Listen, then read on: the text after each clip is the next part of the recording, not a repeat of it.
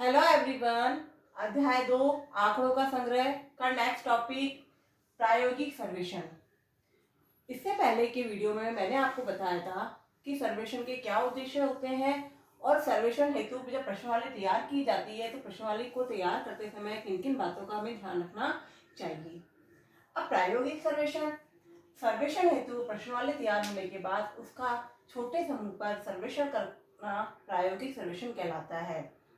जब सर्वेक्षण हेतु प्रश्नावली तैयार हो जाती है तो उस प्रश्नावली को एक छोटे से समूह पर सर्वे करके देखा जाता है कि उस जो प्रश्नावली है उस प्रश्नावली में कोई कमी तो नहीं है, कोई त्रुटि तो नहीं है, तो उसे प्रायोगिक सर्वेक्षण के दौरान ही दूर कर लिया जाता है। जैसे आपके बोर्ड एग्जामिनेशन होते हैं तो बोर्ड एग्जामिनेशन से पहले जो प्री बोर्ड होते हैं वो भी प्रायोगिक सर्वेक्षण की तरह है। इसी तरह हम एक नया एग्जाम्पल ले सकते हैं कि अभी कोविड-19 चल रहा है और कोविड-19 के दौरान जो भी वैक्सीन तैयार होगी वो जो वैक्सीन होगी वो सीधे ही मनुष्य पे प्रयोग नहीं ली जा सकती है, उससे पहले किसी जानवर पे अर्थात जैसे ये चूहे पे प्रयोग लाया जाएगा, उसी के बाद वो मनुष्य पर प्रयोग में लाई जाती है। तो इस तरह प्रायोगिक सर्वेक्षण होता है वह अनुमान लगाने में सहायक होता है और अगर हमें सर्वेक्षण के दौरान कोई कमी होती है तो उससे वह कमी और त्रुटि पूरी की जा सकती है। अब इस सर्वेक्षण के क्या गुण होते हैं? प्रश्नों की उपयुक्तता। हमें प्रायोगिक सर्वेक्षण के दौरान यह पता चल जाता है कि हमारे प्रश्न उपयुक्त है या नहीं। अगर कोई अनुपयुक्त प्रश्न है तो हम उसे प्रायोगिक सर्वेक्षण के अनुसार ही ठीक कर लेते हैं। नेक्स्ट है निर्देशों की स्पष्टता। अगर कोई प्रश्न गलत निर्देश दे रहा है, वो निर्देश स्पष्ट नहीं बता पा रहा है, तो हम उस प्रश्न को उस समय प्रायोगिक के दौरान ही ठीक कर सकते हैं। सर्वेक्षक गणनाकार जो होता है उसकी कार्यदर्शिता।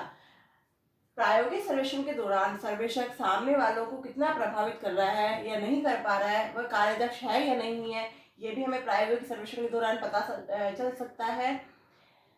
इसके बाद है वास्तविक सर्वेक्षण में आने वाली लागत। प्रायोगिक सर्वेक्षण पूर्व का सर्वेक्षण होता है तो इसके अंतर्गत जो लागत आती है उस लागत को हम वास्तविक सर्वेक्षण के अनुसार देख सकते हैं कि वास्तविक सर्वेक्षण में हमारी कितनी लागत आएगी, हमारा जो सर्वे का क्षेत्र है वह कितना बड़ा है, उसके अनुसार हम वास्तविक सर्वेक्षण में आने वाली लागत को देख सकते हैं। प्रायोगिक सर्वेक्षण में जो समय लगा है उस समय को हम अनुमान लगाकर वास्तविक सर्वेक्षण में जो लगने वाला समय है हम उसका भी अनुमान लगा सकते हैं। इस तरह से हम प्रायोगिक सर्वेक्षण को देखते हैं। अगला टॉपिक है हमारा जनगणना या पूर्ण गणना। वह सर्वेक्षण जिसके अंतर्गत जनसंख्या के सभी तत्व शामिल होते हैं जनगणना या पूर्ण गणना कहलाता है। अगर कोई संस्था भारत की जनसंख्या के संबंध में आंकड़े एकत्रित करना चाहती है तो उसे भारत के सभी गांव और शहर के हर एक परिवार को अपनी जनगणना के अनुसार के अंतर्गत शामिल करना होगा। हम ऐसा नहीं कर सकते कि किसी परिवार या किसी क्षेत्र को छोड़ दें।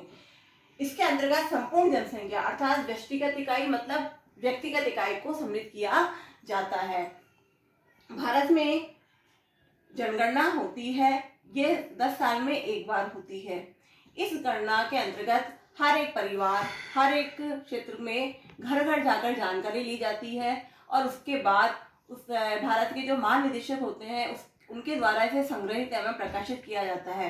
भारत में जो पिछली जनगणना हुई थी ये 2011 में हुई थी और अब जो अगली जनगणना होगी ये 2021 में होगी। तो इसके अंतर्गत हमें ये पता चलता है कि प्रायोगिक सर्वेक्षण में क्या होता है कि पहले जो प्रश्नावली होती है उस प्रश्नावली में कोई तैयार होने के बाद अगर उसका सर्वे किया जाता है और सर्वे के दौरान कोई कमी होती है तो हम उसका पता लगा सकते हैं। और जनगणना हमें यह बताती है कि हमें इसके अंतर्गत प्रत्येक व्यक्तिगत इकाई को शामिल करना चाहिए, किसी भी क्षेत्र की इकाई को नहीं छोड़ना चाहिए।